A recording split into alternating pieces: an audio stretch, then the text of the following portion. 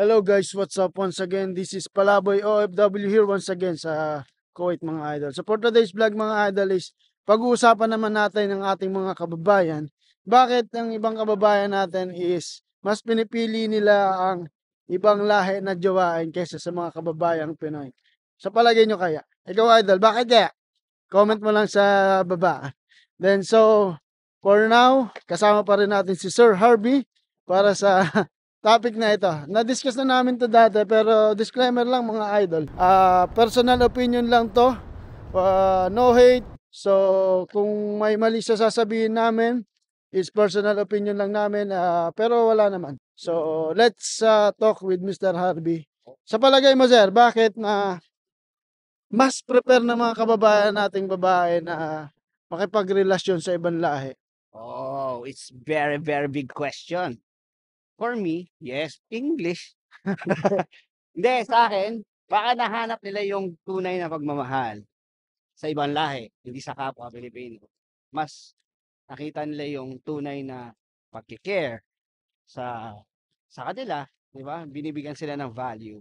So, Yung ibig sabihin yung mga Pinoy, no value. ah, Depende. depende. Baka kasi talaga doon nila nakita yung talagang pagmamahal na hinahanap nila na hindi nila nahanap sa kapwa natin Pilipino.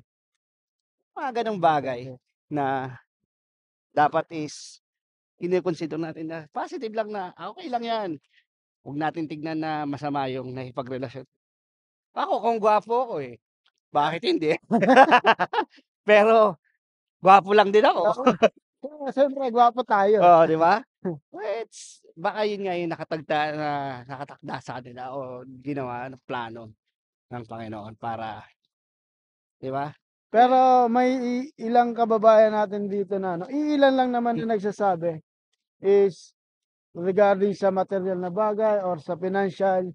Isa bang factor yung bakit naghahanap yung ibang kababayan natin ng ibang Mm. lahi?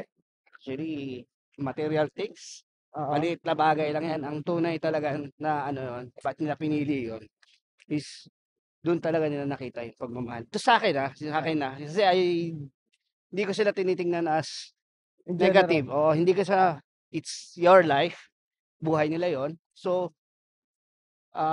it's not bad na magmahal ka ng ibang lahi. Kasi marami rin akong kaibigan na nagmahal at nagpakasal sa ibang lahi dahil doon nila nahanap yung kanilang, sabi ko sa inyo, tunay na pagmamahal. Kala ko nagmahal, nasaktan, nagpagkat. Mamaya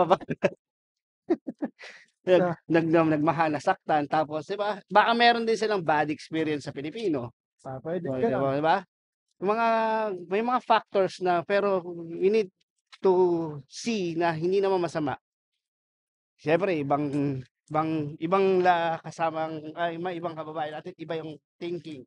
Pag yung jowa nila is ibang lahi. Pero yun yung masama eh. Dapat inaalis natin yung mga ganong thinking na it's okay, it's fine. Kasi, Nasa sa kanila pa rin, no? mm, Hindi naman lahat, pero nasa kanila pa rin yan. kaya madalas na tumatakbo sa isip ng ibang tao, inggit. Ganon. Inggit, di ba?